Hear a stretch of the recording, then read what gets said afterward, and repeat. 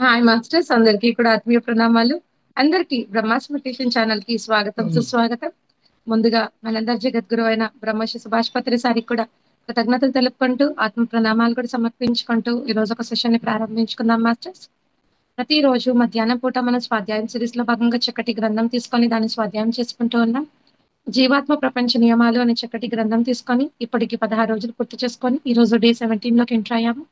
నేను ఎంతో చక్కగా ప్రశ్నలు జవాబులు భాగం 2 పార్ట్ 2 లోకి వెళ్ళి దాంట్లో ఆత్మలోకంలో ఒక సత్యాలు ఎలా ఉన్నాయి ఏంటి, అక్కడ మనకు జీవన శైలి ఇక్కడ ఎలా ఉంది, అక్కడ ఆత్మలోకంలోవి చాలా ప్రశ్నలు జవాబులుగా తెలుసుకున్నాము జ్ఞానాన్ని. ఈ రోజు మనకి పార్ట్ 2 లో ఆత్మలోకంలోనే ఇంకా కొన్ని ప్రశ్నలు జవాబులు ఉన్నాయి మాస్టర్స్. వాటికి అనుగుణంగా మనం ఈ రోజు మన జ్ఞానాన్ని అందించడానికి లలిత మేడం గారు మనకు జూమ్ సెషన్ కి విచ్చేసి ఉన్నారు. మేడం, ముందుగా మీకు బ్రహ్మాస్ మెడిటేషన్ ఛానల్ తరపున స్వాగతం, సుస్వాగతం madam. Thank you. Over to you. Okay అమ్మా, థ్యాంక్ యూ వెరీ మచ్.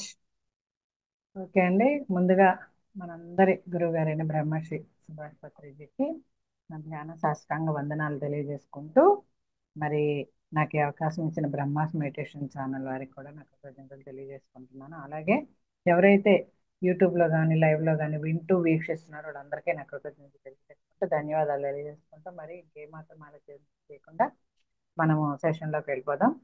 ఏంటంటే జీవాత్మ ప్రపంచ నియమాల్లో రెండో భాగంలో మనము ప్రశ్నలు జవాబులు అన్నమాట.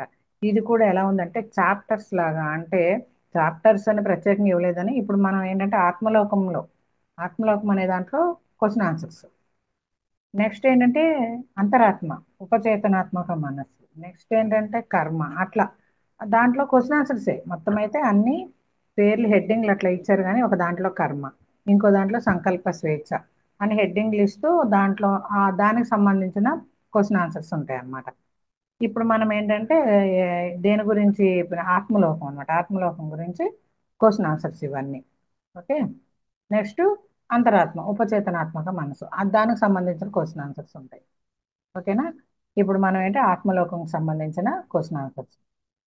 ఇవాళ మనం ఎక్కడ ఉన్నాం అంటే భూలోకంలోని ఆత్మకు ఆత్మలోకంలోని కవల ఆత్మకు మార్గదర్శకం. కవల ఆత్మ అంటే మనం లాస్ట్ సెషన్లో చెప్పుకున్నాం కదా, కవల ఆత్మలు ఉంటాయని ఒక సెషన్లో చెప్పుకున్నాం. అంటే ఇప్పుడు ఈ క్వశ్చన్ ఏంటంటే భూలోకంలోని ఆత్మకు ఆత్మలోకంలోని కవల ఆత్మ మార్గదర్శకంగా ఉండగలదా అంటే, ఇప్పుడు ట్విన్స్ భూలోకంలో ఎలా ఉంటారు, ఒక తల్లి కడుపులో ట్విన్స్ ఉంటారు కదా, అలా ఆత్మలో కూడా ట్విన్స్ ఉంటాయంట. అయితే ఒక ఆత్మ ఇక్కడ ఉండి ఒక ఆత్మ ఆత్మలోకంలో ఉందనుకోండి, ట్విన్స్ లో ఆ ట్విన్స్ లో ఉన్న ఈ ఆత్మకి, ఒక ఆత్మకి ఆత్మలోకంలో ఉన్న కవలాత్మ మార్గదర్శకంగా ఉండగలదా అనేది ఈ ప్రశ్న అన్నమాట. అంటే ఏం సమాధానం చెప్తున్నారంటే ఉండగలదు, కానీ చాలా అరుదైన కేసులలో మాత్రమే అలా ఉంటుందంట, కానీ చాలా అరుదైన కేసుల్లోనే ఉంటుందట. ఇంకో ప్రశ్న ఏమడుగుతున్నారంటే కవల ఆత్మ అంటే ఏంటి, ఇది సమూహ ఆత్మ లాంటిదేనా, కవలాత్మ అంటే సమూహ ఆత్మ లాంటిదేనా, అసలు ఏంటి ఇది అని అడుగుతున్నారు. ఇక్కడ ఏం చెప్తున్నారంటే ఈ విశ్వం అంటే ఈ మూడో విశ్వం అని చెప్పుకున్నాం కదా, మనది భూలోకం అనేది మూడో విశ్వం అని చెప్పుకున్నాం కదా. ఈ విశ్వంలోని ప్రతి ఆత్మ నిజానికి ఒక ఆత్మలో సగం మాత్రమే. ప్రతి ఆత్మ కూడా ఆత్మలో సగం మాత్రమేనంట. చూడండి, ఇది మనం ఎప్పుడు విననిది. ఒక ఆత్మ నాలుగో ఆవరణ ఐదవ దశలో తన ప్రయాణం మొదలు పెట్టగానే ఇది రెండుగా విడిపోతుంది. నాలుగో ఆవరణ మానవ జన్మలో స్టార్ట్ అయితే అనుకున్నాం కదా, ఆ నాలుగో ఆవరణ అంటే ఐదో దశ ఉంటుందంట. ఆ ఐదో దశలో తన ప్రయాణం మొదలు పెట్టగానే ఇది రెండుగా విడిపోతుందంట.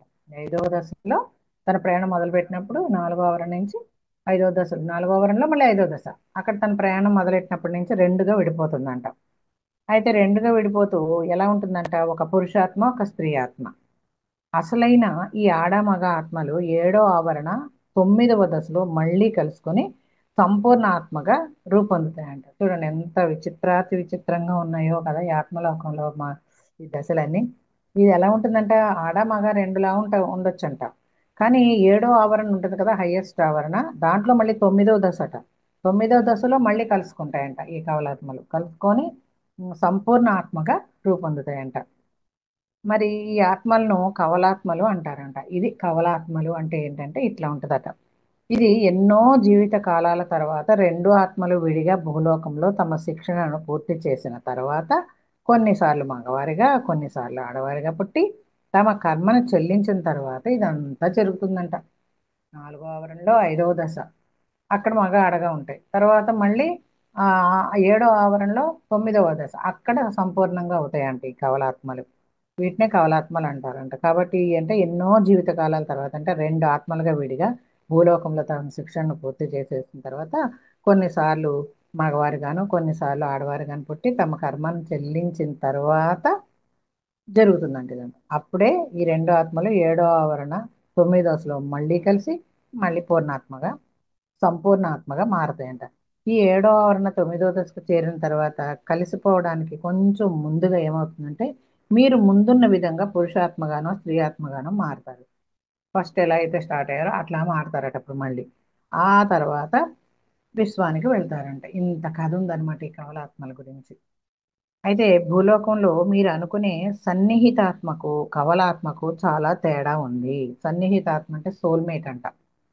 వీటికి కవలాత్మకి చాలా తేడా ఉందట మళ్ళీ. అంటే మీకు సన్నిహితంగా ఉంటే ఆత్మ అనే అర్థంలో మీరు వాడతారు. అంటే మనము సన్నిహితంగా దగ్గరగా ఉండే ఆత్మ అని చెప్పి మనల్ని సోల్మేట్ అని వాడతాం కదా, అది చెప్తున్నారు అనమాట. ఈ వ్యక్తి మీ కవలాత్మ అయి ఉండ అవసరం లేదంట. ఈ వ్యక్తి మీ కవలాత్మ అయ్యి ఉండాల్సిన అవసరం లేదంట. అతడు లేదా ఆమె సమూహాత్మ కావచ్చు. సమూహాత్మ అంటే సోల్మేట్ అన్నమాట. సమూహాత్మ కావచ్చు. వారితో మీకు గత జన్మల బంధం అనుబంధం కూడా ఉండి ఉండొచ్చు. దేవుడు ఒకే సమయంలో నిర్దిష్ట సంఖ్యలో కొన్ని ఆత్మలను సృష్టించాడంట. ఒకే సమయంలో ఒక నిర్దిష్ట సంఖ్యలో కొన్ని ఆత్మలను సృష్టించాడంట. ఈ ఆత్మలు భూలోకంలో కలిసికట్టుగా ఒకే సమూహంలో ఒక జన్మ తర్వాత మరో జన్మలో ఇలా పుడుతూ ఉంటాయంట. అంటే ఒక సమూహంగా వస్తాయి అన్నమాట.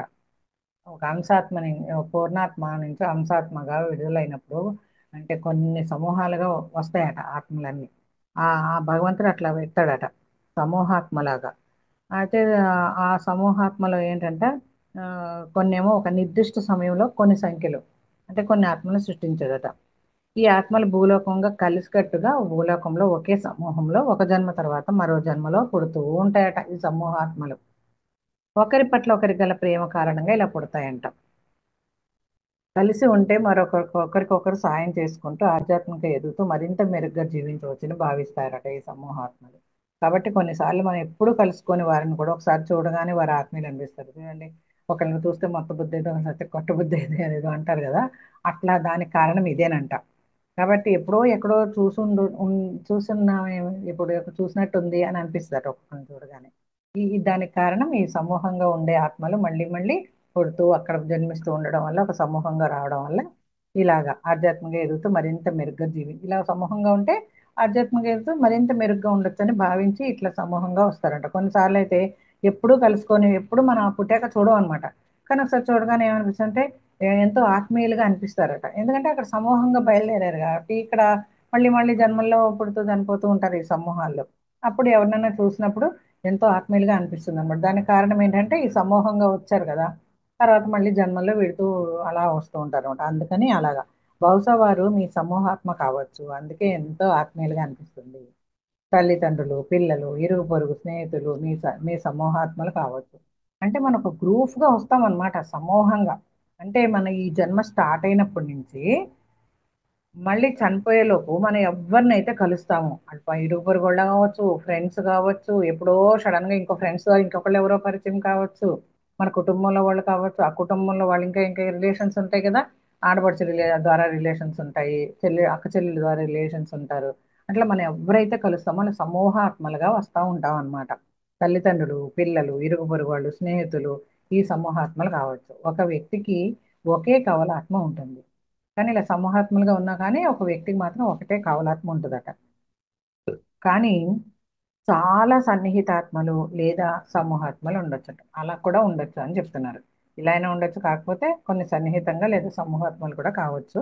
ఒక వ్యక్తికి మాత్రం ఒకే కవలాత్మ ఉండదంట. ఈ కవలాత్మను కలిసినప్పుడు చాలా ప్రత్యేక బంధం ఎలా ఉంటుందంటే ఒకవేళ రెండు ఆత్మలు మంచి స్థాయిలో ఉంటే వారు పరస్పరం భూలోకంలో సాయం చేసుకుంటూ ఆధ్యాత్మికంగా ఎదుగుతారు. వారి ఆత్మలేమో ఒకదానికొకటి గుర్తిస్తాయట కవలాత్మలు కాబట్టి. కనుక నిజమైన నమ్మకం, స్నేహం వారి మధ్య ఏర్పడుతుందంట ఈ కవలాత్మల్లో. ఇది భౌతికత్వానికి అతీతంగా ఉంటుందంట. ఈ కవలాత్మల సంగతి ఎలా ఉంటుందంటే భౌతికానికి అతీతంగా ఉంటుందంట. ఇంకా ఏమంటే రెండు ఆత్మల కలయిక ఇది. తామిద్దరూ ఒక్కరే అని గుర్తించడం. కొంతమంది విషయంలో రెండు ఆత్మలు కనుక కింది స్థాయిలో ఉంటే వారి బాంధవ్యం అస్సలు బాగా ఉండకపోవచ్చు. కవలాత్మలు భిన్న స్థాయిలలో అభివృద్ధి చెందుతూ ఉండే అవకాశం కూడా ఉందంట. అంటే భిన్నంగా అంటే వేరు వేరుగా అనమాట. వేరు స్థాయిల్లో కూడా అంటే భిన్నము అంటే వ్యతిరేకము, వేరే, ఇక్కడ కాకుండా ఇంకా వేరే అన్నట్టు వస్తుంది అనమాట. కవలాత్మలు భిన్న స్థాయిలలో కూడా అభివృద్ధి చెందు ఉండే అవకాశం ఉందంట. సాధారణంగా ఒక ఆత్మ భూలోకంలో జన్మిస్తే రెండోది ఆత్మలోకంలో నుండి భూలోక ఆత్మకు మార్గదర్శిగా ఉంటుంది. ఇక్కడ ప్రశ్న ఇదే కదా, కవలాత్మకి. చూడండి, ఇక్కడ ప్రశ్న ఏంటి, కవల ఆత్మ అంటే ఆ, భూలోకంలోని ఆత్మకు ఆత్మలోకంలోని కవలాత్మ మార్గదర్శిగా ఉండగలదా అంటే ఇప్పుడు చెప్తున్నారు అసలు. భూలోకంలో జన్మిస్తే గనక కవలాత్మ ఒకటి జన్మిస్తే రెండోది ఆత్మలోకంలో నుండి భూలోకాత్మకు మార్గదర్శకంగా ఉంటుంది. ఒక వ్యక్తి మీ కవలాత్మ అని తెలుసుకునే ఒకే ఒక మార్గం అప్రయత్న లేఖనం. ఇప్పుడు ఒక వ్యక్తికి కవలాత్మ ఎవరు అని తెలుసుకోవాలంటే ఒకే ఒక మార్గం ఏంటంటే ఇదే ఆటో రైటింగ్. అప్రయత్న లేఖనం అంటే ఆటో రైటింగ్ అంతా చెప్పుకున్నాం కదా, అదనమాట. ఆటో రైటింగ్ ద్వారానే మనము కవలాత్మ ఎవరు అనేది మనం తెలుసుకునే అవకాశం దాంట్లోనే ఉందట, ఆటో రైటింగ్ లో. కాబట్టి చాలా అరుదైన సందర్భాల్లో అవసరమైనప్పుడు మాత్రమే ఇలా తెలియజేయడం జరుగుతుంది. అవసరమైతేనే ఇట్లా ఉంటుందంట. ఉదాహరణకు, ఆ కవలాత్మ మీకు తెలిసి ఉండి ఆ కవలాత్మ ఆధ్యాత్మికంగా దిగజారిపోతూ ఉంటే ఆ ఆత్మకు నేర్పుగా సాయం చేయమని మీకు చెప్పడం జరుగుతుంది. కవలాత్మలు ఉన్నాయనుకోండి, ఒకటి బాగానే ఉంటుంది, ఇంకోటి ఆధ్యాత్మికంగా దిగజారిపోతూ ఉంటుంది. అప్పుడు దాన్ని నేర్పుగా మంచి మార్గంలో పెట్టడానికి సహాయం చేయమని వేరే ఆ కవలాత్మకు చెప్పడం జరుగుతుందంట. ప్రతి ఆత్మను దేవుడు రెండుగా చేయడానికి కారణం ఏంటంటే రెండు కలిసి బ్రతకడం నేర్చుకోవాలని. ప్రతి ఆత్మకు కూడా దేవుడు రెండుగా ఎందుకు చేస్తాడంటే కలిసి బ్రతకడం నేర్చుకోవాలని అట్లా చేస్తాడంట. మీరే పరస్పర ప్రగతికి బాధ్యులు. కలిసి ఉండే కవలాత్మలు ఎంతో సాధించగలవు. ఒకవేళ వాటిలో ఒక ఆత్మ తప్పు చేస్తే ఆధ్యాత్మికంగా రెండూ నష్టపోతాయి. కవలలు కదా, చూడండి సినిమాల్లో చూస్తాం కదా, పిల్లని గిలితే ఇంకో పిల్లాడు ఏడుస్తుంటాడు, ఇంకో పిల్లని నవ్వుతే ఇంకో పిల్లాడు నవ్వుతుంటాడు. అట్లనే రెండూ నష్టపోతాయి అంటే ఇక్కడ. ఒకవేళ గనక ఒక ఆత్మ తప్పు చేస్తే కవలాత్మల్లో ఆధ్యాత్మికంగా రెండు కూడా నష్టపోతాయంట. ఎందుకంటే ఏడో ఆవరణ తొమ్మిదో దశకు చేరిన తర్వాత మీరు కవలాత్మతో కలిసిపోయి సంపూర్ణ ఆత్మ కావలసి ఉంటుంది కాబట్టి అలా జరుగుతుందంట. అప్పుడు మాత్రమే మీరు తర్వాతి విశ్వాన్ని అంటే నాలుగో విశ్వాన్ని చేరగలరు. ఫోర్త్ డైమెన్షన్ అన్నమాట. అప్పుడే మీరు అలా ఎప్పుడైతే సంపూర్ణంగా కలుస్తారో అప్పుడే మీరు ఫోర్త్ డైమెన్షన్ చేరగలరు అని చెప్తున్నారు. ఒకవేళ మీరు ఏడో ఆవరణలో తొమ్మిదో దశలో ఉన్నా మీ కవలాత్మ ఆధ్యాత్మికంగా కింది దశలో ఉంటే మీ కవలాత్మ కోసం మీరు నిరీక్షించాల్సి ఉంటుంది. ముందు ముందు ముందు ఒక కవలాత్మ వెళ్ళిపోయింది అనుకోండి, ఇంకో కవలాత్మ భూలోకంలో ఉందనుకోండి, ఆత్మలోకంలో ఈ కవలాత్మ ఆ కవలాత్మ కోసం ఎదురు చూస్తూ ఉండాల్సిందేనట. కవలాలు కదా మరి, ఇద్దరు ఒకసారి జరగాలన్నమాట అది. అప్పుడే వాళ్ళు సంపూర్ణంగా అవుతారు కాబట్టి నిరీక్షించాల్సి ఉంటుందంట. సో ఏడో ఆవరణ తొమ్మిదో దశకు చేరడానికి ఎన్ని జీవిత కాలాలు పట్టినా దానికోసం ఎన్ని జీవిత కాలాలైనా పట్టొచ్చంట, కానీ నిరీక్షించాల్సిందేనంట, వేరే దారి లేదట. ఎందుకంటే సంపూర్ణత్వం ఉండడానికి కావాలి కదా, అందుకని ఒకళ్ళ కింద ఉన్నా ఒకళ్ళ పైన ఉన్నా కూడా సంపూర్ణంగా ఉండదు అనమాట. అక్కడ నిరీక్షించాల్సి ఉంటుంది, ఎన్ని జీవిత కాలాలైనా నిరీక్షించాల్సిందేనంట. ఇది కటువుగా అన్యాయంగా అనిపించవచ్చు, వాస్తవానికి ఇది మీ ఆధ్యాత్మిక పురోగతిని రక్షించడానికే. ఇదంతా కూడా మన యొక్క ఆధ్యాత్మిక పురోగతిని రక్షించడానికే జరుగుతుందంట. కాబట్టి మనకి ఇదేంటో కఠినంగా అంటే కొంచెం కష్టంగా అన్యాయంగా అనిపించవచ్చు, కానీ ఇది నిజము. ఇది ఎందుకు జరుగుతుందంటే మీ మంచి గురించి మిమ్మల్ని రక్షించడానికి అని చెప్తున్నారు. మీకోసం ప్రార్థించేవారు, మీరు ఆధ్యాత్మికంగా ఎదగడానికి సాధ్యమైనంతగా ప్రయత్నించేవారు ఒకరు ఉంటారు. మీకోసం ప్రార్థించేవారు, ఇప్పుడు రక్షించడానికే ఉంది కదా ఇదంతా. కాబట్టి ఏది ఏమైనా కానీ మీకోసం ప్రార్థించేవారు, మీరు ఆధ్యాత్మికంగా ఎదగడానికి సాధ్యమైనంతగా ప్రయత్నించేవారు ఒకళ్ళు ఉంటారు. ఇది మీకు బాధ్యతను, సజీవన సహజీవనాన్ని, నిస్వార్థాన్ని బోధిస్తుంది. ఇదంతా అన్యాయంగా కఠినంగా అనిపించినా కూడా ఒకరు ఉంటారు మీకోసం ఆధ్యాత్మికంగా ఎదగడానికి కానీ, కాకపోతే మీకోసం ప్రార్థించేవారు కానీ ఉంటారు, ప్రయత్నించే వాళ్ళు ఒకళ్ళు ఉంటారు. ఇది మీకు ఇది ఎందుకు ఉంటారంటే ఇట్లాగా బాధ్యతను, సహజీవనాన్ని, నిస్వార్థాన్ని బోధించడానికి ఇదంతా జరుగుతుంది అని చెప్తున్నారు. ఇంకా తర్వాత ప్రశ్న ఏంటంటే, ఆత్మలోకంలో కూడా మీ ఇద్దరిని అంటే విస్ఫీరతు అని పిలుస్తారా? ఇవి ఆ జన్మల వాళ్ళు. ఇప్పుడు మనం ఎవరి గురించి చదువుకుంటున్నాం, ఖుర్షిద్ భావనగరి, రూమి భావనగరి అనే వాళ్ళకి ఇద్దరు కొడుకుల గురించి చదువుకుంటున్నాం. వాళ్ళిద్దరే కదా వాళ్ళ అమ్మగారితో ఈ బుక్ రాయడానికి వచ్చారని చెప్పి బుక్ రాయించారు. అప్పుడు అందరూ ప్రశ్నలు అడుగుతున్నారంట. విస్పీరతుని ఏమడుగుతున్నారంటే, ఆత్మలోకంలో కూడా మీ ఇద్దరిని విస్పీరతు అనే పిలుస్తారా? మీకు వేరే ఆత్మనామాలు ఉంటాయా? అంటే ఆత్మలకు అక్కడ వేరే నామాలు ఉంటాయా? అక్కడ కూడా భూలోకంలో పిలిచినట్టు మీ పేర్లు విస్పీరతుయేనా, ఈ వేరే పేర్లు ఉంటాయా అని అడుగుతున్నారు. దానికి ఏం చెప్తున్నారంటే, ప్రతి ఆత్మగా రెండుగా విడిపోయే ముందుగా దానికి ఒక ప్రత్యేకమైన పేరు పెట్టడం జరుగుతుందంట. ప్రతి ఆత్మ రెండుగా విడిపోతుందని చెప్పి చదువుకున్నాం కదా, అట్లా విడిపోయే ముందంట దానికి ఒక ప్రత్యేకమైన పేరు పెట్టడం జరుగుతుందంట. ఇదే ఆత్మనామం అంట. ఒక ఆత్మ ఉందనుకోండి, అది రెండుగా విడిపోతుందంట. అప్పుడు వాటికి పేరు పెట్టడం జరుగుతుందంట ప్రత్యేకంగా ఆత్మలకి. ఇది ఆత్మనామం అంటారంట. కవల ఆత్మలు తమ ఆత్మనామాన్ని పంచుకుంటాయంట. కవల ఆత్మలు ఏం చేస్తే ఆ రెండుగా విడిపోయినప్పుడు పెట్టే పేరుని రెండుగా పంచుకుంటాయట.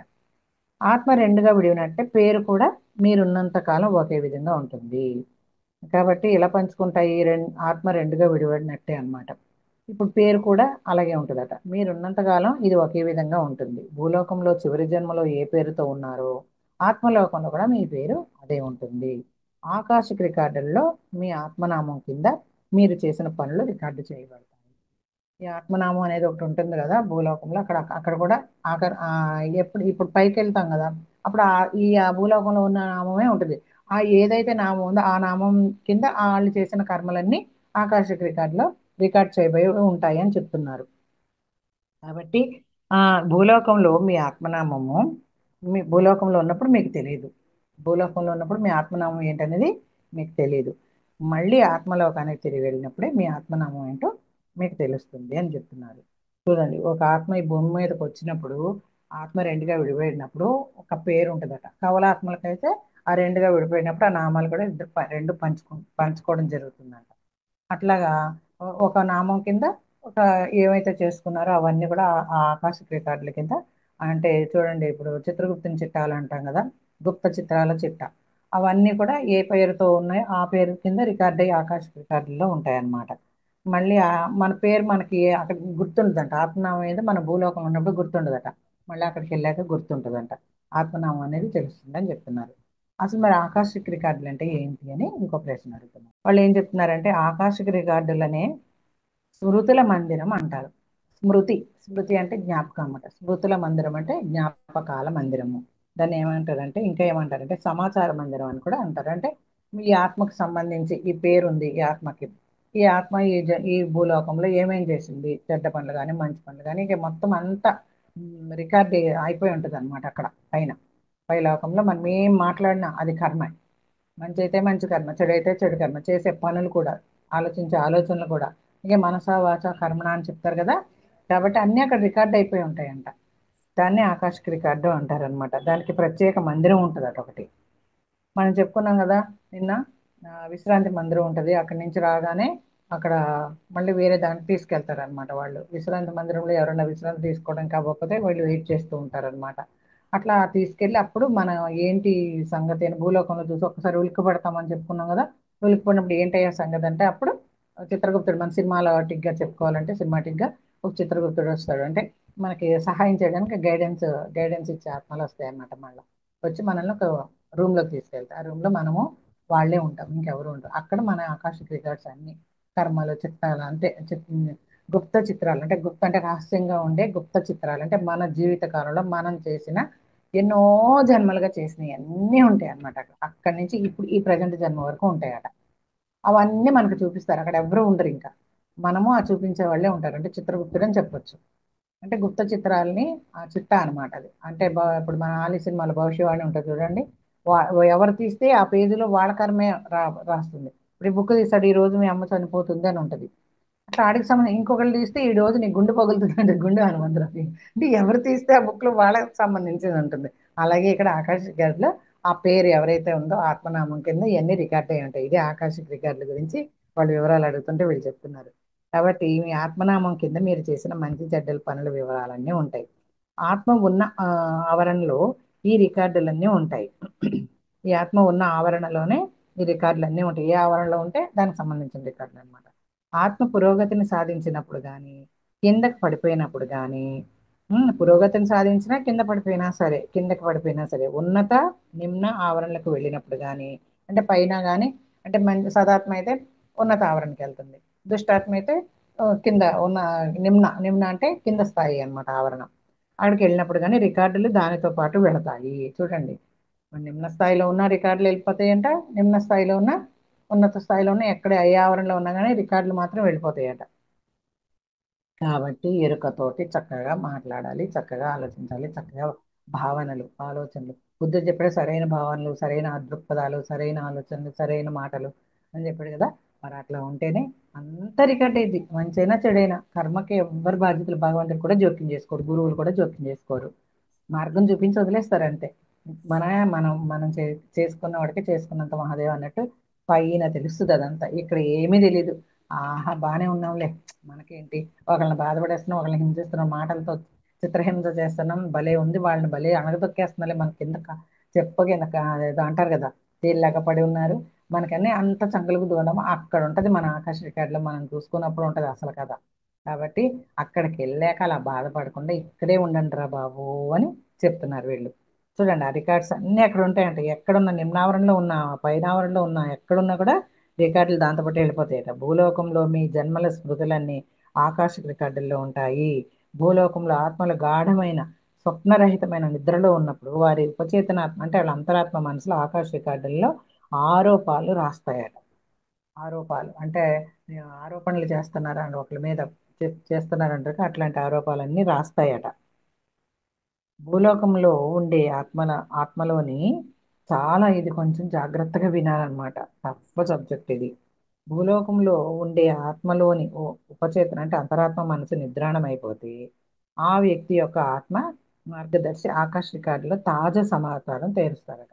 ఏడు భూలోకంలో అన్న ఆత్మ అంతరాత్మ నిద్రాణం స్థితిలోకి ఉందనుకోండి, అప్పుడు ఏమవుతుందంట, భూలోకంలో ఉండే నిద్రాణం అయిపోతే గనక ఆ వ్యక్తి యొక్క ఆత్మ మార్గదర్శకులు ఉంటారు కదా, రెండుగా విడిపోయిన కూడా అవి ప్రతి వ్యక్తికి ఆత్మ మార్గదర్శకులు ఉంటారని నేను చెప్పుకున్నాం కదా. కాబట్టి ఆత్మ మార్గదర్శి ఏం చేస్తాడు, ఆకాశ రికార్డులో తాజా సమాచారం చేరుస్తారట. ఇక్కడ మనం నిద్రాణ స్థితిలో ఉంటాం, కానీ మన మార్గదర్శి ఇవన్నీ కూడా అక్కడ చేరుస్తారట. ఎవరు ఇంకొకరి రికార్డులను చూడలేరు. చెప్పుకున్నాం కదా, వాళ్ళు మనమే ఉంటాం, మనకి మాత్రమే మనది కనపడుద్ది, వేరే వాళ్ళు చూడలేరు. ఇక్కడ మనకి సినిమాలు అందుకే నక్షత్ర మిత్రుల ద్వారా వస్తున్నాయని ఇందాక నిన్న నిన్న దాంట్లో చదువుకున్నాం కదా. ఆ రేడియోలు, ఈ కంప్యూటర్లు, ఈ టీవీలు, ఇవన్నీ కూడా ఈ సినిమాలు ఇవన్నీ కూడా నక్షత్ర మిత్రుల ద్వారా అందులో మనకి సూచనప్రాయంగా చూపిస్తున్నారు. మనం సినిమాలో చూసి ఎంజాయ్ చేస్తున్నాం. ఇప్పటి నుంచి సినిమాని మూవీ మెడిటేషన్ అని చెప్పొచ్చు. మూవీ మెడిటేషన్ అని ఒకటి ఉందండి, అది వేరే కాన్సెప్ట్ లో చెప్తున్నాం. ఏంటంటే ఆ మూవీ మెడిటేషన్ అంటే ఇది మూవీ అన్న స్పృహతో చూడాలన్నమాట. అక్కడ ఏదైనా జరగవచ్చు, బాధ వస్తే ఏడ్ చేస్తాం, నవ్వేస్తాం, ఇట్లా కాకుండా నేను సినిమా చూస్తున్నాను అనే స్పృహతో మూవీ మెడిటేషన్ అంటే అదనమాట. అట్లా మనకు అందుకే ఇవన్నీ సూచన ప్రాయంగా చూపిస్తారు అక్కడ. లేకపోతే ఆలీ సినిమా అలా యమలీల సినిమా ఎందుకు వచ్చింది అంటే అది మనం తెలుసుకోవాలి సూచన ప్రాయంగా. ఓహో, ఇలా అందరికీ ఒకటి ఉంటుంది బాబు భవిష్యవాణి అనేది, అందులో మనకి మన కర్మలను బట్టే మనకు కనపడతాయి అని సూచించారు కదా వాళ్ళు. మన సినిమా చూసి ఎంజాయ్ చేసి మర్చిపోతున్నాం. ఇప్పుడు చూడండి, ఇది చదువుతుంటే అవన్నీ గుర్తొస్తున్నాయి కదా, వేరే ఎవ్వరు చూడలేరంట. ఎవరి కర్మలను వాళ్ళే ఆ ఆకాశకారిలో చూస్తారట, వేరే ఎవ్వరు చూడరట అక్కడ. కాబట్టి ఈ ఈ ఆత్మ మరో విశ్వానికి వెళ్ళినప్పుడు కూడా రికార్డులు వారి వెంట వెళతాయి. ఈ ఆత్మ ఒక్కోసారి ఒక విశ్వం, థర్డ్ డైమెన్షన్, ఫోర్త్ డైమెన్షన్ ఇలా వచ్చినాయి కదా, ఆ విశ్వానికి కూడా వెళ్ళినప్పుడు కూడా వాళ్ళతో పాటు ఈ రికార్డులు కూడా వెళతాయంట. కాబట్టి ఆ ఆవరణ ఉన్నత సదాత్మ అనుమతితోనే ప్రత్యేక సందర్భాలలోనే ఆత్మ పురోగతికి సాయం చేయటానికి మాత్రమే ఇలా చేస్తారట. ఎవరు ఇంకో రికార్డులు చూడలేరు. ఒకవేళ అలా చూడాలనిపిస్తే ఏంటంటే ఆ ఆవరణలో ఉన్నత సదాత్మ అనుమతితో, ఉన్నత సదాత్మలు ఉంటాయి కదా, సదాత్మలు అంటే ఉన్నత సదాత్మలు కూడా ఉంటాయి, వాళ్ళ అనుమతితోనే ఒక ప్రత్యేకమైన సందర్భంలో మాత్రమే, అది కూడా ఆత్మ పురోగతికి సాయం చేయడానికి మాత్రమే అలా చేస్తారట. కాబట్టి ఆత్మ మరో విశ్వానికి వెళ్ళినప్పుడు కూడా రికార్డులు వారి వెంట వెళతాయి అని చెప్తున్నారు. ఇంకో ప్రశ్న ఏంటంటే, ఆత్మలోకంలోని ఆత్మలు ఏం పని చేస్తాయి? ఇక్కడ మనం ఏం పనులు చేస్తామో తెలుసు కదా. పొద్దున్న లేస్తాము, ఇల్లు ఊడుస్తాము, అంట్లు తోముతాం, వంట చేస్తాం, పిల్లల్ని చూసుకుంటాం, భర్తను చూసుకుంటాం. భర్తలు అయితే ఇంట్లో అంత బాధ్యతగా అంతా సంపాదించి జాబులు చేస్తూ ఇదే కదా పని. ఖాళీగా ఉన్నప్పుడు బుక్స్ చదువుతాం, లేదా మెడిటేషన్ చేస్తాం, లేకపోతే సజ్జన సాంగత్యం చేస్తాం, లేకపోతే ఇంకొకరికి కొంతమంది వీధిలో కొంచెం ముచ్చట్లు చెప్పుకుంటారు, లేకపోతే పాన్ షాపుల దగ్గర ముచ్చట్లు చెప్పుకుంటారు. ఇవే కదా మనుషుల పనులు. ఆ పేపర్ల గురించి, ఆ టీవీల గురించి, యూట్యూబ్లు, ఇవంతా ఇవే. అక్కడ మరి ఏం పనులు ఉంటాయి? ఇక్కడ ఈ పనులు ఉంటాయి.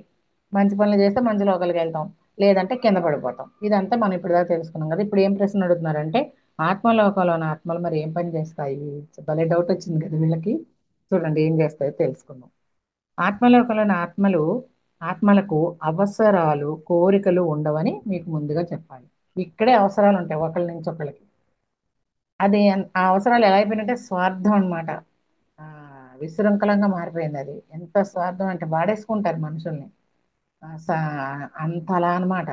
కాబట్టి అక్కడ అలాంటి ఏమి ఉండవని ముందుగా మీరు తెలుసుకోండి అంటున్నారు. మాకు అవసరాలు ఉండవు, కోరికలు ఉండవని ముందుగా మీరు ముందుగా మీకు చెప్పాలి. మాకు ఆకలి, దాహం, అలసట ఏముండవు. మా ఆత్మ లక్ష్యం సేవ ఒకటే. అక్కడ ఆత్మ లక్ష్యం ఏంటంటే సేవ. ఇక్కడి నుంచి వెళ్ళిన వాళ్ళందరికీ గైడెన్స్ ఇవ్వటం. అట్లా ఇంకొకళ్ళు ఇంకోటి ఆకర్ష కార్డు చూపించడం, ఇంకొకళ్ళు ఇంకోటి, అట్లా ఏది అవసరమో అక్కడ కూడా ఇట్లా టీమ్స్ లాగా వర్క్ చేస్తుంటారు. ఒక ఆవరణకి ఒక్కొక్క హెడ్ ఉంటారు అనమాట. ఉన్నత సదాత్మ అట్లా అవన్నీ వివరించి చెప్తున్నారు ఇక్కడ. మాకు దాహం, ఆకలి, అలసట ఉండవు. మా ఆత్మలక్ష్మి అంటే కేవలం సేవ. ఇక్కడ నుంచి భయంగా వెళ్ళిపోతారు కదా, అసలు ఏంటో తెలియదు. ప్రపంచంలో ఇష్టమైనట్టు బతుకుతారు, చనిపోయినట్టు కూడా తెలియదు. మరణం మధురం బుక్ చదివాను, ఈ ఛానల్లో లేదో కానీ ఇక్కడ ఒక సందర్భం ఏంటంటే అతను చనిపోయి వెళ్ళిపోతాడు.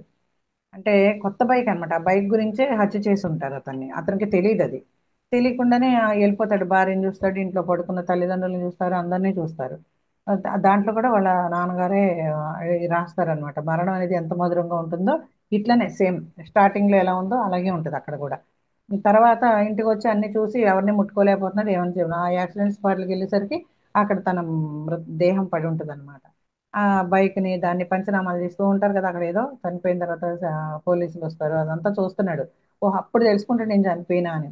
అట్లా తెలుస్తుంది. కానీ అక్కడ మాత్రం బాధ తీసుకెళ్తారంట. అంటే ఈ మరణానంతర జీవితం అందరికీ ఇలాగే ఉంటుంది. అక్కడ ఆత్మలు ఏం చేస్తాయంటే అప్పుడు కొన్ని సదాత్మలుగా వచ్చి గైడెన్స్ ఇస్తాయన్నమాట. బాబు నువ్వు చనిపోయిన ఆయన ఇక్కడ నువ్వు ఉండకూడదు, పద వెళ్దామని చెప్పి తీసుకెళ్ళడం. ఆ నలుగురు సినిమాలో కూడా చూపించారు కదా. ఇవన్నీ సూచనలే, మనకి సూచనప్రాయంగా చూపిస్తారు ఆ సినిమాల ద్వారా. అదే చెప్తున్నారు ఇక్కడ. మా ఆత్మ లక్ష్యం సేవే. కొంతమంది ఈ చనిపోయినట్టు తెలియదు వాళ్ళకి. తెలియకుండా ఎటు వెళ్ళాలో ఏంటో తెలియక శరీరంలోకి వచ్చేయాలనుకుంటారు. ఇంట్లోకి వెళ్ళి అందరితో ఇచ్చేస్తారు, అందరినీ ముట్టుకుందాం అనుకుంటారు. భయంగా ఉంటుంది వాళ్ళకి. వాళ్ళకి అనారోగ్యంలో ఇద్దరు వచ్చినట్టు సాయం చేస్తారు అన్నమాట. అట్లా సేవే వీళ్ళ లక్ష్యంగా ఉంటుందట. అయితే మాకు భూలోకంలోని వారికి లాగానే పోషణ కావాలి. మరి ఈ పోషణ ఏంటో చూద్దాం. ఆత్మ కంట సూర్యకాంతి శక్తివంతమైన బలవర్ధకం అంట. ఇక్కడ మనకు కూడా సూర్యరశ్మి డి విటమిన్ అంటారు కదా, అక్కడ కూడా వాళ్ళకి పోషణ కావాలంటే ఏం పోషణ? సూర్యకాంతి శక్తివంతమైన బలవర్ధకం. ఇక్కడ చాలా పళ్ళు రకరకాల వాసనలతో లభిస్తాయట. మంచి మంచి సువాసనలతో రకరకాల పళ్ళు ఉంటాయట అక్కడ. ఆత్మలు బ్రతకడానికి ఆహారం అవసరం లేదు, కానీ ఈ పండ్ల నుంచి వచ్చే అమృత రసం ద్వారా సానుకూల శక్తి లభిస్తుందంట. కాబట్టి మేము నిరంతరం ఆరోగ్యంగా ఉంటాం. మేము సంపూర్ణ ఆధ్యాత్మిక ఆరోగ్యంతో ఉంటాం. ప్రార్థన నీటితో మా ఆత్మ శరీరాలను పవిత్రం చేసుకొని ఇలాగే ఉంటాము. వాళ్ళంటే ప్రార్థన అంట. ప్రే చేసుకుంటూ మళ్ళీ ఆత్మ శరీరాలను నీటితోటి పవిత్రం చేసుకుంటూ ఇలాగే ఉంటాము. నీటికి స్వస్థతనిచ్చే గుణం ఉంది కదా. మాకు పునఃశక్తి కావలసినప్పుడు సరస్సుల్లో మునిగి పైకి వస్తాము. శాంతిపుంజాల్లో ఉంటారు. చూడండి, హిమాలయాలకు వెళ్ళినప్పుడు చాలా మంది చెప్తారు. పత్తి సార్తో కొంతమంది వెళ్ళారు, కంచి రఘురామ్ గారితో కొంతమంది వెళ్ళారు, నందప్రసాద్ సార్తో వెళ్ళారు. వాళ్ళందరూ ఫిజికల్ లైఫ్ తోటి ఆ పౌర్ణమి నైట్ అలాగ నక్షత్రాల కాంతిలాగా వచ్చి మానస సరోవరంలో మునిగి అలా పైకి వెళ్ళిపోవడం చూస్తారట అక్కడ. మరి ఎంతమంది వెళ్ళారు తెలియదు. నేనైతే వెళ్ళలేదు, చదవడం ద్వారా విన్నానంటే. అట్లా ఇక్కడ చూడండి, ఇప్పుడు చెప్తున్నారు కదా. ఏమని చేస్తారంట, స్వస్థతనిచ్చే గుణం ఉన్నట్టు మాకు మళ్ళీ శక్తి కావాలి అనుకున్నప్పుడు సరస్సులో మునిగి పైకి వస్తాము. బహుశా వాళ్ళందరూ అలాగే చూసుంటారు, ఆ దేవతలందరూ అలాగా ఆ మానస సరోవరంలో మునిగి వెళ్ళడం చూసుంటారు అనమాట. నీటికి మా స్పందనను పూర్తిగా శుభ్రం చేసే శక్తి ఉంటుంది కనుక ఆ స్పందనలకి ఆ వైబ్రేషన్కే ఆ శక్తి ఉంటుందట. ఆ నీటికి ఆ వైబ్రేషన్ని మంచిగా పవిత్రంగా చేస్తుందట. పూర్తిగా శుభ్రం చేసే శక్తి ఉందంట. కనుక పునరుత్తేజం పొంది మరింతగా సానుకూల శక్తి లభిస్తుంది. నీటి నుంచి బయటకు రాగానే పూర్తిగా పొడిగా శక్తివంతంగా ఉంటాము. అలా నీటి నుంచి బయటకు రాగానే శక్తివంతంగా ఉంటారంట. మా పని విషయానికి వస్తే మా ఆవరణకు చెందిన ఉన్నత సదాత్మతో మా నైపుణ్యాల గురించి చెప్పి దానికి సంబంధించిన పనిని ఎంపిక చేసుకుంటాం. ఇక్కడ నైపుణ్యాలు అంటే వీళ్ళు ఏం చేయగలరు. ఇప్పుడు ఏదైనా పని మీద వెళ్తాం, జాబ్ కావాలని, ఎంత బాబు నువ్వేం చేస్తావు, ఇది వరకు అనుభవం ఉందా, అలా అడుగుతారు కదా. అట్లా వీళ్ళ యొక్క ఆ సదాత్మత ఏం చేస్తారట, వాళ్ళ నైపుణ్యాల గురించి చెప్పి దానికి సంబంధించిన పనిని వాళ్ళు ఎంపిక చేసుకుంటారట. ఆత్మలో ఒక ఆత్మలు చేసే పనులు కొన్ని ఇక్కడ ఇచ్చాము చూడండి అంటున్నారు. అవి ఏంటో చూద్దాం. ఏకంగా 21 పాయింట్లు ఇచ్చారు ఇక్కడ. అవి ఏంటో చూద్దాం. అయితే భూలోకంలోని వారితో ఆధ్యాత్మిక జ్ఞానాన్ని పంచుకుంటాం. ఫస్ట్ అలా వెళ్ళగానే వాళ్ళ అంత అవగాహన కలిగించి వీళ్ళ ఆధ్యాత్మిక జ్ఞానాన్ని పంచుకుంటారు అనమాట. వారు దైవ నియమాలను అర్థం చేసుకోవడానికి సహాయపడతాం. మనంతా దైవ నియమాలు ఏంటి ఇవన్నీ చదువుకున్నాం కదా, అవన్నీ చెప్తారనమాట వీళ్ళు. అలా సాయం చేస్తాం. ఇంకోటి రెండోది ఏంటంటే ప్రయత్న లేఖనం వంటి ప్రక్రియల ద్వారా ఆత్మతో సంభాషిస్తాం. ఆటో రైటింగ్ ద్వారా కూడా మేము సంభాషిస్తాం అని చెప్తున్నారు. ఇంకో పని మూడోది ఏంటంటే ఆత్మ మార్గదర్శకులుగా పనిచేస్తాం. ప్రతి ఆత్మకు ఒక మార్గదర్శకులు ఉంటారు కదా, అలా పనిచేస్తారంట. అక్కడ చేసే పనులు ఏంటని అడిగారు కదా, వాళ్ళు అక్కడ చేసే పనులు ఏంటి ఇక్కడ పాయింట్ వైజ్ గా ఇచ్చారనమాట. నాలుగో పాయింట్ ఏంటంటే అప్పుడే ఆత్మలోకానికి వచ్చిన ఆత్మతో కలిసి పనిచేస్తూ వారు గాయపడి ఉన్న అయోమయంలో ఉన్న వారు ఎక్కడ ఉన్నారో అర్థం చేసుకునేలా సాయం చేస్తాం. ఇందాక చెప్పుకున్నాం కదా, అయోమయ స్థితిలో ఉంటారు ఆ శరీరంలోంచి బయటకు రాగానే. వాళ్ళకంట ఆ, వీళ్ళు గాయపడి ఉన్నా కానీ అయోమయంలో ఉన్నా కానీ వారు ఎక్కడ ఉన్నారో అర్థం చేసుకునేలా, బాబు నువ్వు చనిపోయాను ఆయన, ఇది నీ శరీరము, ఇప్పుడు దాకా నువ్వు ఇందులో ఉన్నావు, ఇప్పుడు నువ్వు అందులో ఉండవు, నువ్వు బయటకు వచ్చేసావు, నువ్వు చనిపోయావు అని చెప్పి అన్ని అలా అర్థం చేసుకోవడానికి సాయం చేస్తారట. ఇంకా ఐదో పాయింట్ అంటే భూలోకంలోని ఆత్మలకు దారి చూపుతూ వారి అంతరాత్మ మనసు ద్వారా ముఖ్యమైన సందేశాలను వారికి చేరవేస్తాం. ఉదాహరణకు ఆత్మలోకంలోని ఒక ఆత్మ ఒక శాస్త్రవేత్తకు అతడు ఆ, కనుగొనాలనుకున్నాడు అనుకోండి. ఒక శాస్త్రవేత్త వ్యాధి చికిత్సకు అతని ఉపచేతనాత్మక మనసు ద్వారా సమాధానాలు పంపి అతనికి సాయం చేస్తారు. ఎలాంటి సాయం చేస్తారంటే వీళ్ళు భూలోకంలో ఆత్మకు దారి చూపుతూ ఉంటారు. ఉదాహరణ ఒక సైంటిస్ట్ ఉన్నాడు, ఎంతసేపు ఆ పరిశోధన చేస్తే అక్కడే ఉంటాడు కదా, వాళ్ళు యంత్రాత్మకి సూచనలు ఇస్తూ సాయం చేస్తారట. ఒక సైంటిస్ట్కి ఉదాహరణ కోసం చెప్పారు అది. ఇంకా ఏం చేస్తారంటే ఆరో పాయింట్ భూలోకంలో నుంచి హృదయపూర్వకంగా సాయం కోరిన వారికి సాయం చేస్తాం. మనం నిన్న చెప్పుకున్నాం కదా, ఆ, అతను అతను సూరదాస్ కథ చెప్పుకున్నాం కదా, ఆ, అతను కదా, అందులో ఏం చేస్తారు వాళ్ళు, హృదయపూర్వకంగా అడిగితే సాయం చేశాడా లేదా, ఫకీర్ వేషంలో వచ్చి మోహన్ దాస్కి సూర్దాస్కి మళ్ళీ విప్సికి వాళ్ళందరికీ చేశారు కదా.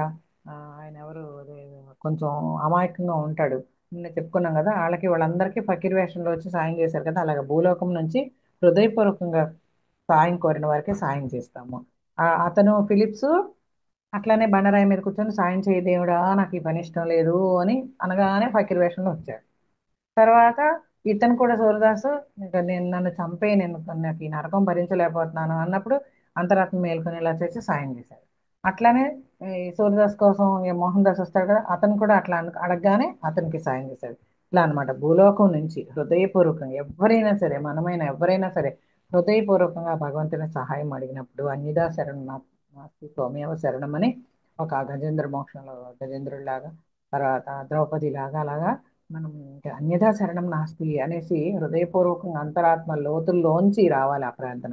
ఇప్పుడు వాళ్ళకి సహాయం చేస్తాం. ఆత్మలోక ఆత్మలకు ఈ విషయంలో ప్రత్యేక శిక్షణ ఉంటుందంట. ఈ ఆత్మలోకంలో ఉండే ఆత్మలోక వాసులకంట ఇలాంటి ప్రత్యేక శిక్షణ ఉంటుంది. వాళ్ళ సహాయం కోరితే వాళ్ళ అనుమతితో మళ్ళీ మనకు సహాయం చేయడానికి వస్తారు. అప్పుడే ఆత్మలోకానికి వచ్చిన వారికి కూడా ఈ విషయంలో అనుభవం ఉన్నవారు శిక్షణ ఇస్తారు. అప్పుడే తండ్రి ఆత్మలోకంలోకి ఎవరైతే వస్తారో వాళ్ళకి కూడా ఈ విషయంలో అనుభవం ఉన్నవారు శిక్షణ ఇస్తారు అని చెప్తున్నారు. ఏడో పాయింట్ ఏంటంటే విశ్రాంతి మందిరంలో పనిచేస్తారు. ఇందాక చెప్పుకున్నాం కదా, చనిపోగానే విశ్రాంతి మందిరం ఒక రెస్ట్ రూమ్ లాగా పెద్ద హాల్ ఉంటుంది. అందులో ఆత్మలన్నీ ఎవరి బాధలను బట్టి వాళ్ళు ఎంత విశ్రాంతి చూడండి. బాబా సినిమాలో నాగార్జున సినిమా చూసాం కదా, అంతకు ముందు కూడా సేమ్ స్టోరీ ఇది ఉంది. చంద్రమోహన్ వీళ్ళందరూ విజయ్ చంద్ర వేశాడు అందులో. ఇప్పుడేమో నాగార్జున సినిమాలో ఆ బాబా సినిమాలో నాన్న వాడు అడుగుతాడు కదా, ఒక టక్ టక్ టక్ టక్ టక్ ప్రశ్న, లాస్ట్ ప్రశ్న ఏంటి, ఆత్మకు విశ్రాంతి ఎప్పుడు, సరే మనిషికి విశ్రాంతి ఎప్పుడు అంటే మరణం తర్వాత అని చెప్తారు. చాలా మంది అనుకుంటాం "బా, నేను చస్తే గానీ నాకు సుఖం ఉండదు, నాకు విశ్రాంతి ఉండదు" అనుకుంటాం కదా. అది కరెక్టే. మనం మామూలుగా వాడుక భాషలో మామూలుగా అనేసుకున్నా కూడా వాడుక పదంలాగా ఇది మాత్రం కరెక్ట్ అన్నమాట.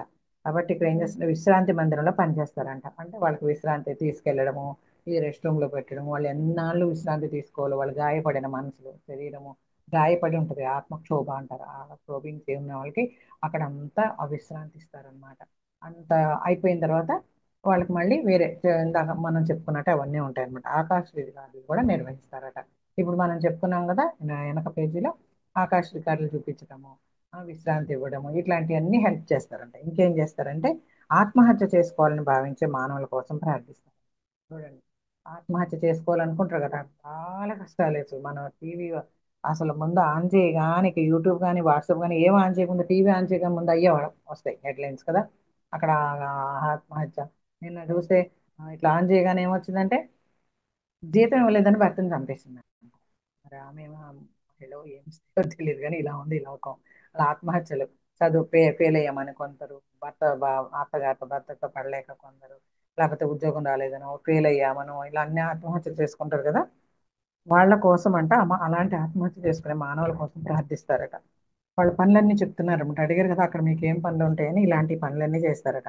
వారు సక్రమ మార్గంలో నడిచేలా సాయం చేస్తారు. ఆత్మహత్యలు చేసుకునే వాళ్ళ కోసం ప్రార్థిస్తూ వాళ్ళు సక్రమ మార్గంలో ఉండేలాగా సహాయం చేస్తారంట.